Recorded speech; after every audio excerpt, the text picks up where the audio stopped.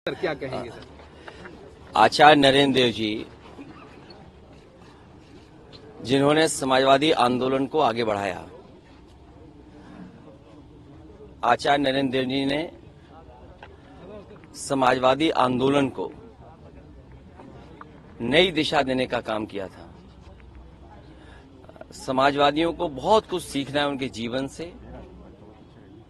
उन्होंने जीवन में जो सिद्धांत दिए हैं उनसे हर बार हम लोग इसीलिए आते हैं कि उन्हें याद कर करके संकल्प लेते हैं। प्रदेश और देश की जितनी भी समस्याएं हैं, चाहे हमारे समाज की हो, आर्थिक समस्या हो या और कोई देश की, सभी का समाधान अगर निकल सकता है तो समाजवादी सोच और समाजवादी विचारधारा से। और इस संकल्प को दोहराते हैं।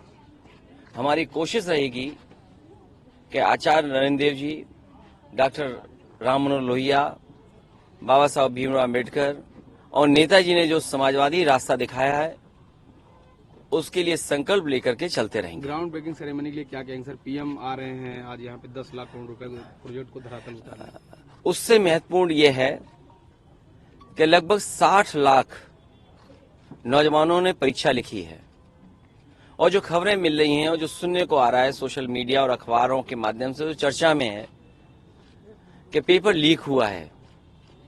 मान लीजिए उसमें 1 लाख बच्चे 100% नंबर पा गए या 10 लाख बच्चे बहुत अच्छे नंबर पा गए, तो क्या सरकार उन सबको नौकरी देगी?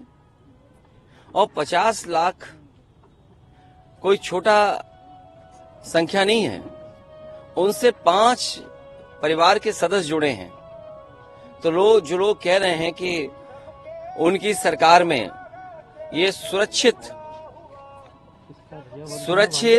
और बहुत ही सुरक्षा कड़ी में परीक्षा हुई है, तो क्या 2.5 करोड़ परिवारों के साथ धोखा नहीं है? और यही 2.5 करोड़ लोग भारतीय जनता पार्टी को उखाड़ फेंकेंगे। सर क्या कहेंगे सर? न्याय यात्रा में आप शामिल हो रहे हैं, कल रायबरेली पहुंच रहे हैं न्याय यात्रा कांग्रेस की। अभी बातचीत चल रही है, कई दौर में बातचीत हो चुकी है। कई सूचियां उधर से आई, सूची इधर से भी गई।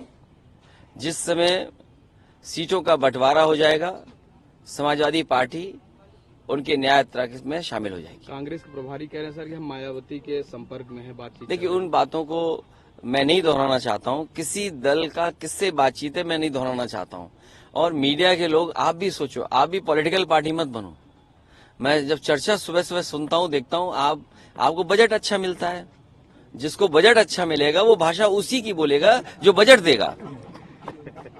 कहीं ऐसा ना हो कि कुछ ऐसे फैसले आ जाएं तो आपका चैनल की क्रेडिबिलिटी क्या बचेगी, या जो लोग ज्ञान दे रहे हैं उनकी क्रेडिबिलिटी क्या बचेगी?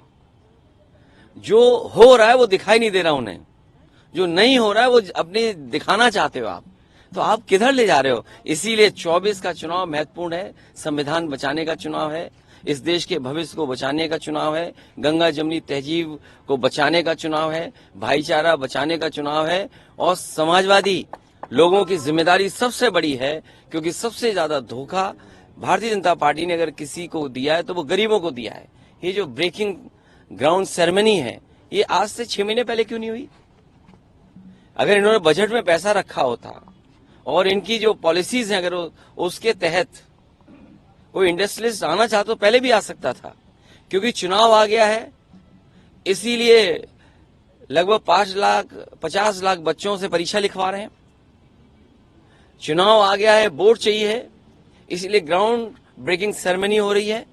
इससे पहले क्या इन्वेस्टमेंट आया है और उस इन्वेस्टमेंट से कितनों को नौकरी और रोजगार मिले, ये सरकार रहेगी तो बाबा साहब भीमराव अम्बेडकर जी का और समाजवादियों का जो आंदोलन रहा है, जो संघर्ष रहा है आरक्षण बचाने का, ये सरकार पूरा का पूरा समाप्त कर देगी। अध्यक्ष जी, स्वामी साहब मौर्य के हवाले से खबर वायरल हो रही है, वो पार्टी बनाने जा रहे हैं। देखिए उसमें हम लोग गलती नहीं है, खबर हम लोग नहीं, ये खबर पूछना भी जरूरी है। लेकिन इसके साथ साथ जो खबरें आप सुन रहे हैं, हम भी सुन रहे हैं, किसी के मन में क्या है ये कौन सी मशीन बताएगी?